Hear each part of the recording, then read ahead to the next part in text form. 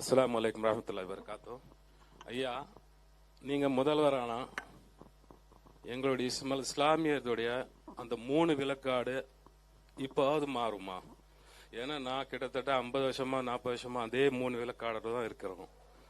நீங்க முதல்வரானா அதை மாற்ற முடியுமா? ஒன்னொன்னு நீங்க கேட்டு முடிங்க.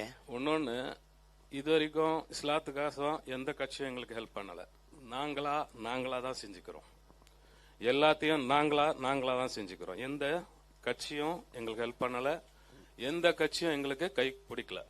சோ நீங்க முதல்வரான இந்த 3 விழுக்காடுனாச்சும் மாறும். அட்லீஸ்ட் கிட்டத்தட்ட நான் 40 வருஷமா இந்த 3 விழுக்காடு தான் இருக்கிறோம்.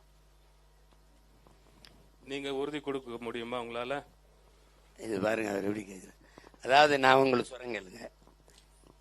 இந்த இட ஒதுக்கீடு அப்படிங்கிறத நான் ஏற்கல.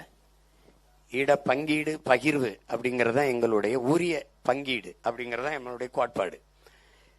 இதுல ஒட்டுமொத்தமா இஸ்லாமிய குடிகளை நம்ம எண்ணிடுவோம்.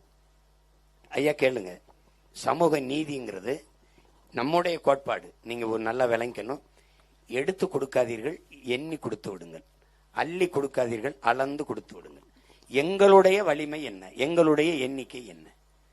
எங்கள் இஸ்லாமியர்களுக்கு 6 வருதா 6 கொடுங்க, 8 வருதா 8 கொடுத்துருங்க, 10 வருதா 10 கொடுத்துருங்க. உங்களுக்கு விளங்குதா? அந்த இதுதான் சரியான பகிர்வா இருக்கும், மன நிறைவா இருக்கும். எளிய உதாரணம், 10 பேர் குடியிருக்கிற வீட்டுக்கு 100 பேர் சாப்பாடை நீங்க அனுப்பாதீர்கள்.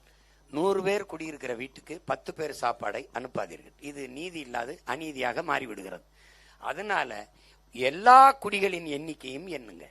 எண்ணி அவரவர் எண்ணிக்கைக்கு ஏற்ப உரிய இட பகிர்வை கொடுத்துருங்க.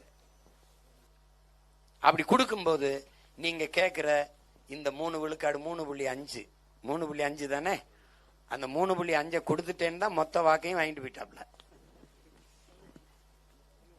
உங்களுக்கு புரியுதா? உங்களுக்கு அந்த இதை உறுதியாக மாற்றுவோம். உரிய இடத்தை அது 6ஓ 7ஓ 8ஓ இஸ்லாமிய மக்களுக்கு கொடுப்போம்.